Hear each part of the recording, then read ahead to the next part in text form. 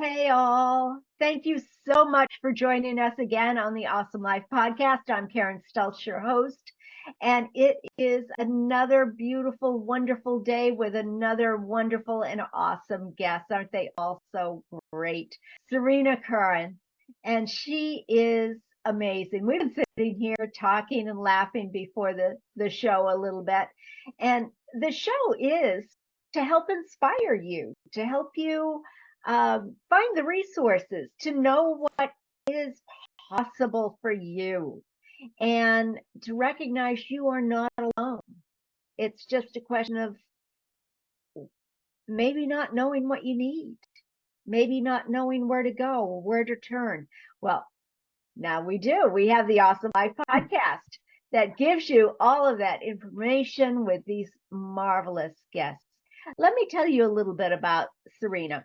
Uh, she is a personal support and guide for life's big adventures. And isn't life an adventure if we allow it to be? She expands yourself into the next level of your business. And if you're a change maker, a visionary, or a spiritual entrepreneur, and you're at a fork in the road, Serena is here to guide you to powerfully but gently move you through your upper limit and step into a more fulfilling, wealthy life. She is not just a mentor. She is a healer and a spiritual teacher who really understands you and your business. She has over 25 years of global experience, and she has empowered hundreds of women to live their highest. And I say women because that's who we're basically talking to here, but there are men out there that she has also served. And she has drawn from her own life journeys. So welcome, Serena. It is such a pleasure to have you as my guest. Thank you, Karen. It's a delight to be here with you doing the East Coast, West Coast connection here. Oh, I love it. Isn't it great? Yeah, I'm in Maine and you're in Southern California, right? Right. Yeah. Well, Serena, all of your life seems to be a lot of synchronicity from our previous conversation. So tell me, how did you get into helping all of these people live their best lives? Well, first of all, I've had to reinvent myself many, many times over and over again, being a serial international entrepreneur. And so I have lots of experience in recreating myself and helping others to recreate themselves. But the story of how I got involved in doing spiritual work, I have a master's in chemistry and an MBA, and so I feel like I've lived a lot of lives in this lifetime. But the way that I got into the working with spirit and doing healing work and helping people to transform their lives is a story of completely synchronicities. Of unexpected events, of things that you could not create for yourself, and really led me in the end. It's a very long story, so I don't want to get too deeply into it, other than to say that I randomly invited my sister to come visit. She stood in my kitchen and she said, "You can go while I am here." And I said, "Go where? I'm not going anywhere. What are you talking about? I have a home and I have 3 children and I have a new business." And as it turned out, I wound up doing a 3-month backpacking trip in Europe. There's many steps in there. And again, I didn't know how long I was going to be in Europe, where I was going, or anything else. I traveled completely intuitively. And it turned out I circle danced at Finhorn on summer solstice. And I returned to Boston because I was living in Boston at the time at autumn equinox. I did not plan any of that. And at the end of that, I knew I was going to go back and live in Europe, and I did not know which country, where I was going to live, or I didn't have any connections. I didn't actually know then that I was going to do healing work. And over a 9-month period, I completely turned my life upside down, left my children with their father, sold my home, left my community and took off for Europe, and I had my first healing practice in Austria. Oh my goodness. Yeah. Oh my goodness. Yeah. Wow. So Yes. you said that it was all synchronicities that really brought you there. Right. Uh, I'm really big into the definitions of what people think, because unless we're on the same wavelength of what a synchronicity is, what love is, what belief is, it's very difficult to have that conversation. So how do you define synchronicity? Well, I think of them as cosmic winks. Is the source, creator, the universe, the quantum field, however you want to frame it up, is kind of winking at you and saying, "Hey, look what we've arranged for you." If we wanted to get into quantum ideas, we could say it's quantum entanglement, which is two things far apart from each other, or even at a distance, are influencing each other. And so these are, synchronicities are the way that source surprises and delights us. And it's occurrences that we could never orchestrate ourselves. And they can be big and they can be little. And they're happening every single day. It's not that it's sometimes that we don't notice that we're having synchronicities. And I think there is then an assumption that synchronicities just happen. And we think of them some kind of a passive experience. And we often don't notice them, and we're happy when they appear, but we don't realize that, in fact, we can create the environment for those to occur. As you're describing it, I'd almost say it's like the law of attraction. We are creating our own life, and the synchronicities come in because we are putting out that vibration. I don't know. What are your thoughts? I never think of it. I don't think of it in those terms. No? But certainly your vibration makes a difference, but there's more pieces to it. It's about openness. It's about being able to notice what's happening. So for example, it's about setting an intention and being able to notice what's happening. Certainly your vibration makes a difference in receiving synchronicities. So it's about noticing. So for example, you set an intention for something and you happen to overhear a conversation, or you hear a piece of music. Or I can tell a recent one that I had, which is there's been a palm tree in my front yard that's had big fronds hanging off of dead fronds for years. And the gardener comes every week and never does anything. And I started sitting out there and I started looking at it and going, gosh, I wish those dead fronds weren't there. I wish so. And after like 2 weeks later, I come out and they've been all cut and taken away. So that's a kind of silly synchronicity, but that intention, setting that intention is important, and having an intention. But I've also had synchronicity. I had no intention of going on any trip or going anywhere. That was not my intention at all. That was the intention of my soul. Yeah. And so there are, and so being in alignment with your soul is a very foundational piece to being to receiving synchronicities. I can understand that. Absolutely. Yeah. So how do the synchronicities actually work when you're dealing with business and prosperity? How does that all work? They can guide your decision making, or they can help you to meet the right people. I'll give another example of this is not a business example, but I'll give another example. When I was living in Sedona, there was another healer, a male healer, that I needed to have a conversation with, who was not willing to have the conversation. And I went to the next town to a store, and I walked around the corner and right into him. He was also in the next town at the same store. So meeting the right people, or even in a networking event, when they have the breakout rooms, right people lined up in your breakout room, or you get an inspiration for an untapped revenue stream, or you get a guidance on how to heal some resistance that you have. There's so many different ways that synchronicities can help you. They also can be supportive in affirming that you're on the right track. So, I'm going to tell stories from my own life because it's easier for me to do that. But when I was living in Austria, I was there for a year and a half. At the end of the time, I was receiving to go to Hawaii. And I was like, okay, so like, you want me to go halfway across the world to a place I've never been? I don't know anyone and I'm almost out of money. Is this right? and, and finally, I made the decision, yes, I'm going to do that. And the next thing I know, I walk into a Plotz that I've been in many times, and there's a book on Hawaii in English on sale at the bookstore. I next day meet somebody who practices huna, and that evening I go to hear some jazz at a local hotel, and after break they put on Hawaiian wedding song, and at which point I started laughing.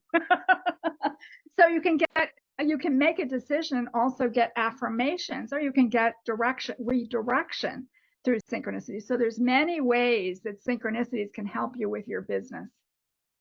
I love that. So when you were actually talking to your, are they your higher self, your guides, your whatever, is this something that you're able to do, like channeling? There are a lot of channelers out there, or to use cards, or actually you have a special way of connecting with your guides, don't you? Well, I do channel, and I don't use cards, and I receive by knowing, but I also work in the Akashic records.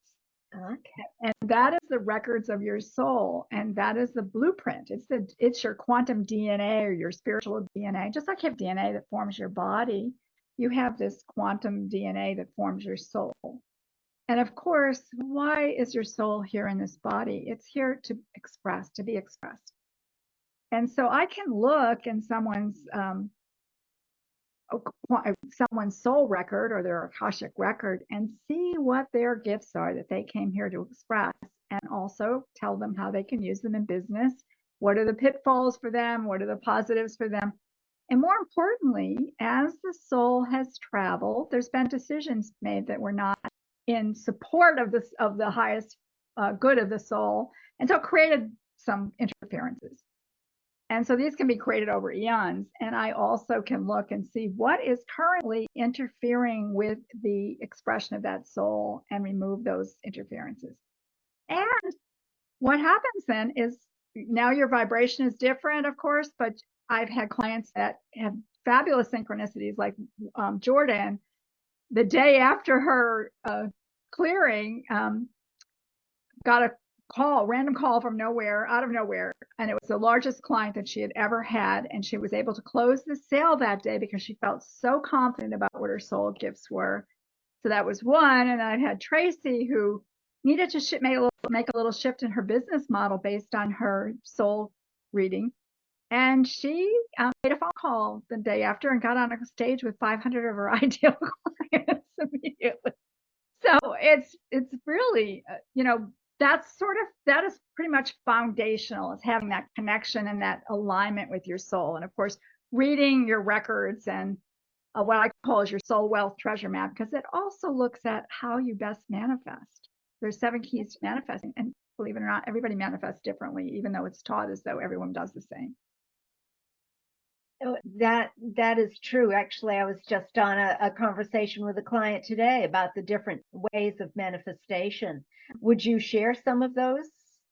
Well, there's 7 keys. There are 7 keys that I look at. I mean, I think that one of the ones that stands out, I don't usually get too detailed with this, but one of the ones that stands out is some people are process oriented and some people are outcome oriented. And if you're an outcome oriented person, you can use visualization, you can create a vision board, and you can do a lot of different things to support your intentions. But if you're a process person, those things are meaningless. They do not help you in any way, shape, or form. And yet it's always taught this is how you go about manifesting. And it's very frustrating for those people that are not outcome oriented in their soul, on their soul level. I've had clients. I had a client that was struggling. She said to me, I've been struggling all my life to meet goals. I'm in this program where they're asking me to do all these sales goals and I just can't do it. And I said, well, you can stop doing that because you're not an outcome person. You're a process person. And it's like this whole release and relief to know who you really are at the soul level and to be able to honor that instead of struggling with ideas that are coming from outside. So one of the big things for me is, everybody's different and everybody needs to do things their own way. And there isn't any, we're not cookies. We're not cookies. We're We not learn. cookie cutter. No, No. we're all individuals.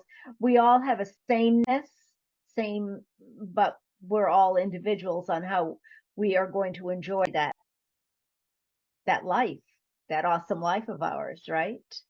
Yeah, because we have different gifts to express and we Yeah. have different, and and I'm not one of these people who thinks you have to come here and start searching like a needle in the haystack for your purpose. Your purpose is to express your soul, express those soul gifts, and then you can do that any way that makes you happy.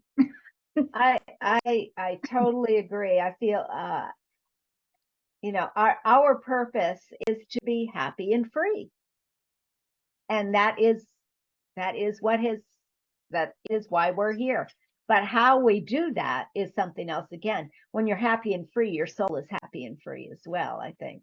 And Well, I would kind of put the cart the other way in that, if you align with your soul, you are in the flow and things happen, you're harmonizing with your soul, you're in the flow, synchronicities happen, life gets easier, and it's pretty easy to be happy and fulfilled and joyful in that kind of an environment.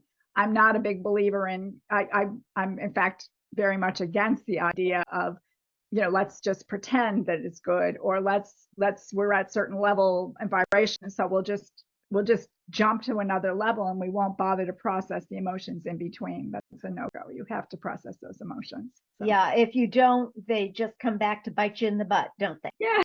So they come up at the most inopportune moments. Suddenly you hear yourself saying something and going, what? What am I saying here? That is for sure. That is for sure. So are there we did talk about what synchronicities are and how they really do show up for business, and how the Akashic records can help you in that. And you also mentioned a clearing. So are you able to look in and see what the issue may be that is stopping you, Absolutely. and be able to clear it entirely? Yes, absolutely. This is one of the really magical things about the Soul Wealth treasure map is that I can look and see what's interfering. It could be present life and it could be past life, and I can look and see if it's past life, what was entailed in that. What it is it's these. A lot of times people say, "Oh, yes, I've been doing that all my life. I didn't understand why." It's these patterns or contracts or vows or whatever it is that are in there that are creating your experience, even though you're doing all these things. It's what's underneath.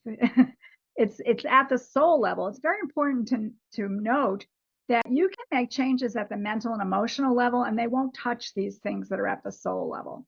But when you change things at the soul level, it filters down, and it's the clearing happens, and people have get their life on a new trajectory immediately. So it's very, very powerful. And it's one of the reasons I've been totally committed to doing this work. But of course, I also discovered the Akashic records have always been around me, but I also discovered that I'm a restoration master on the soul level. I usually do people's soul specializations. And so a restoration master means I have mastered the ability to change blueprints. So there's that.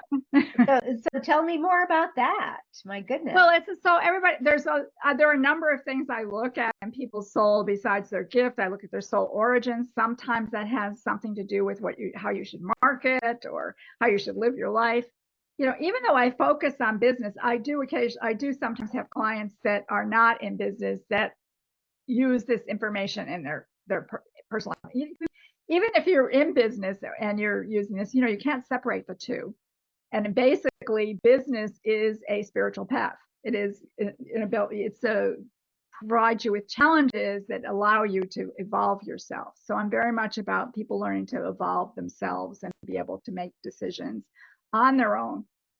And having this soul wealth map gives you a roadmap of how to go about doing things. And when I look at your 7 soul keys to manifesting, it also has something to do with what kind of clients you work with, what kind of structure you have in your business. So there's, it's all intertwined.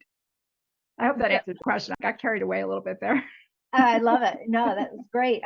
But again, you mentioned the 7 keys, and you said that it was a little bit difficult to go into detail. I understand that.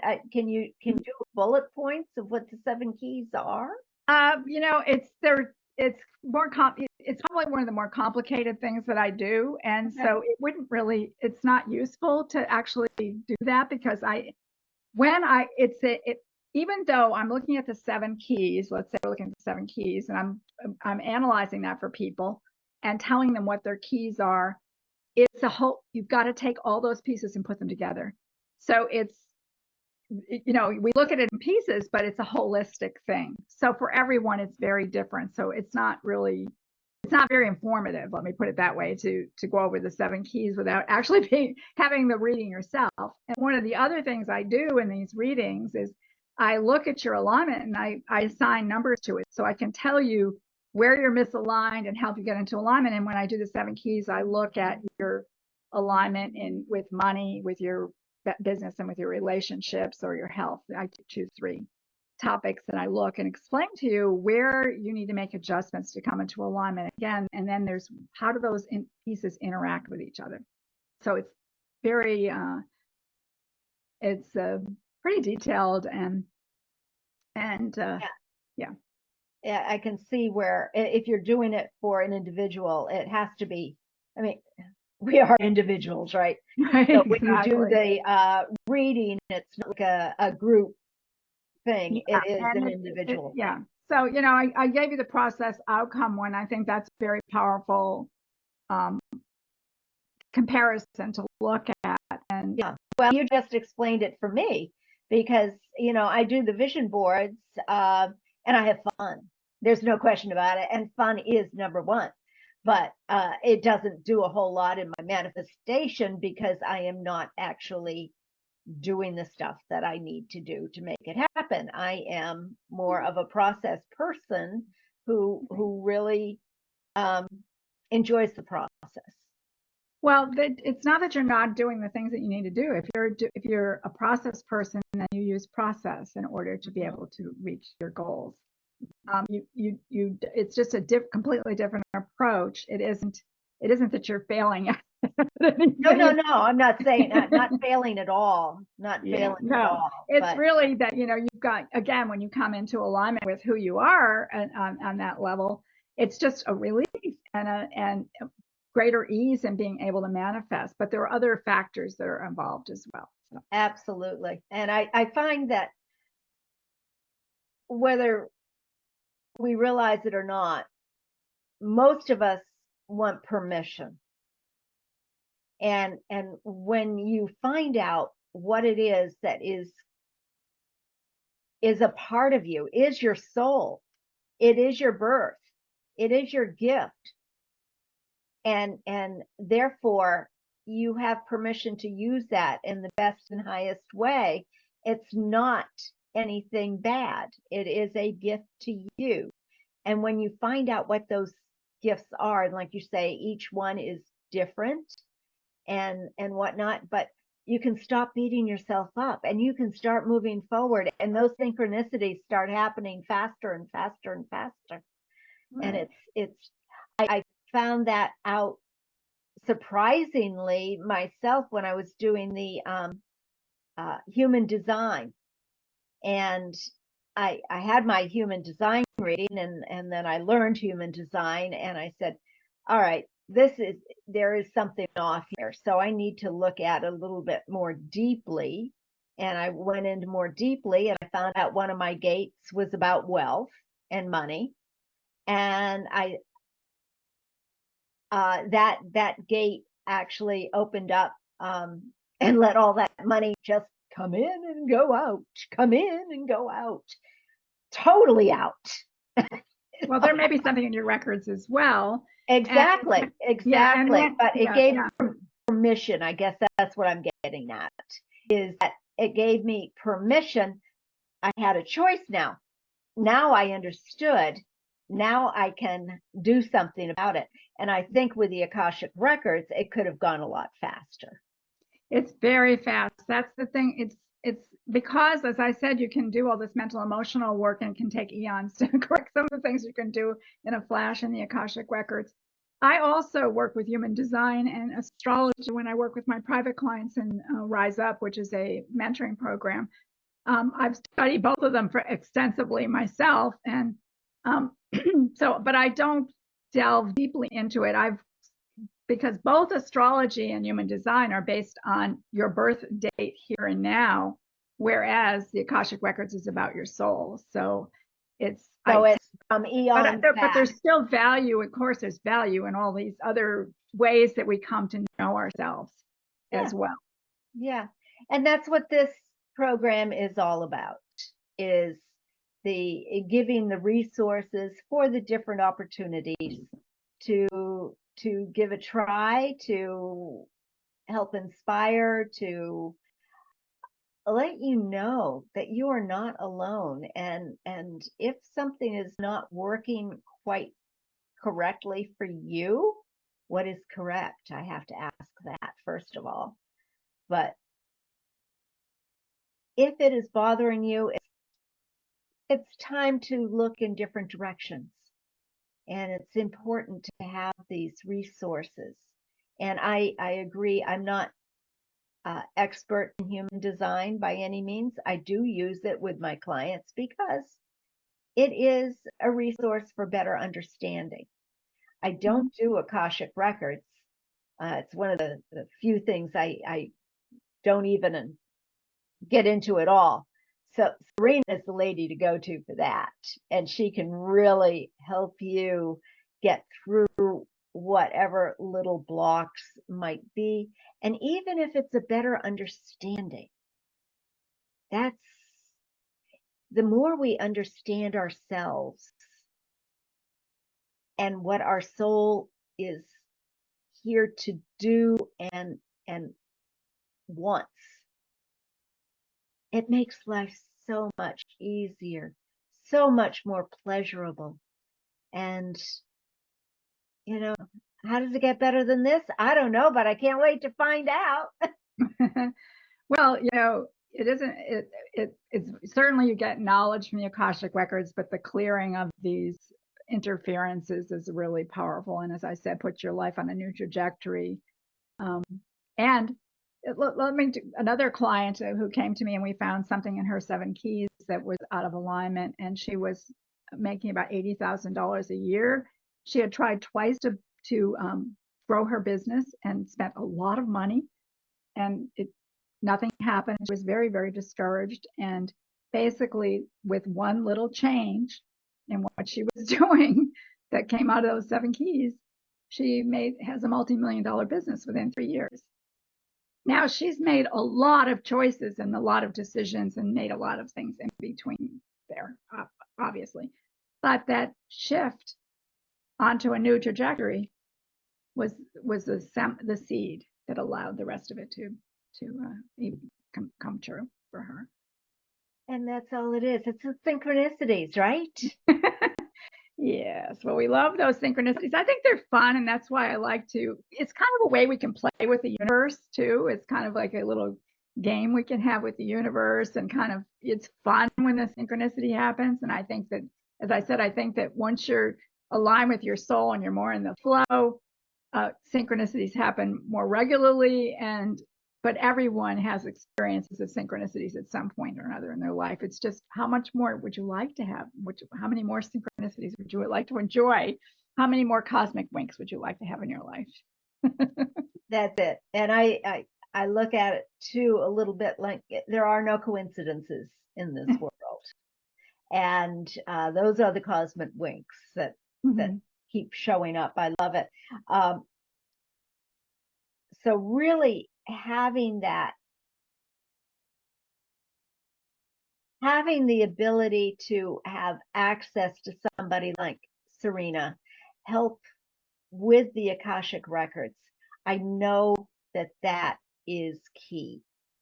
And I've had my records read a couple of times, but because I didn't know anything about the Akashic records, I didn't understand it. I simply didn't understand it. And that's where you come in, Serena, as a guide, a healer. It isn't just, all right, this is what the records are saying for your question, carry on. You go into much more detail.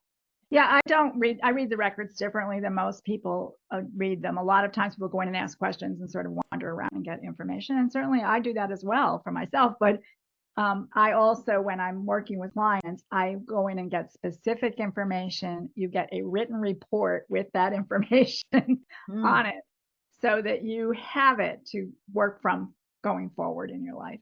And so I always know exactly what I'm going to tell you. I'm going to tell you about your soul powers and your origination, your soul specialization, how you're designed to create, what are the ways that you can help yourself to create more easily. All of those things are in your records, and you do get that written information so that you can use it. That's huge. That's huge because well, whether you know it or not, you always need to have a backup resource. You need to be able to,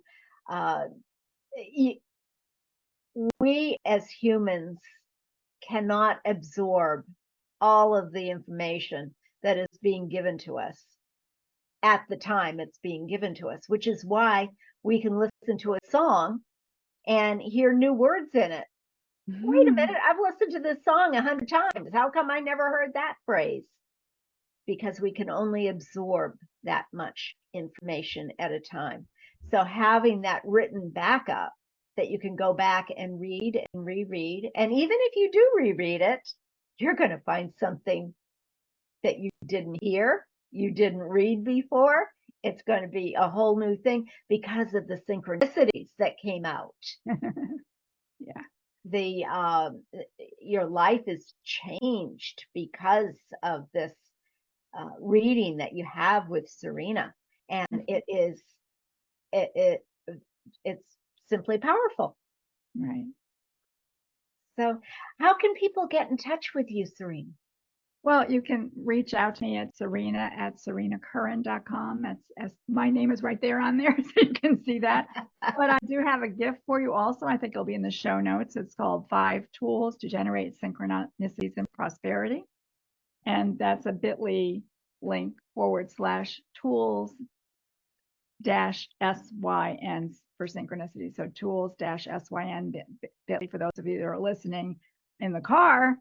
And I also offer a soul wealth strategy call for anyone that would like to explore what's possible for them. This is no obligation, no pressure kind of thing. I'm not into that stuff.